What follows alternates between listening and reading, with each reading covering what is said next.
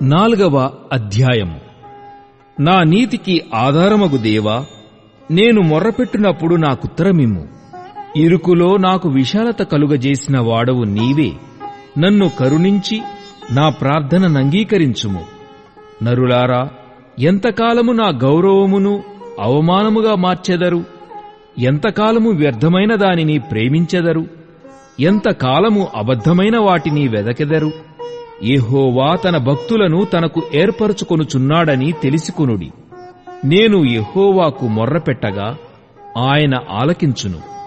భయమునొంది పాపము చేయకుడి.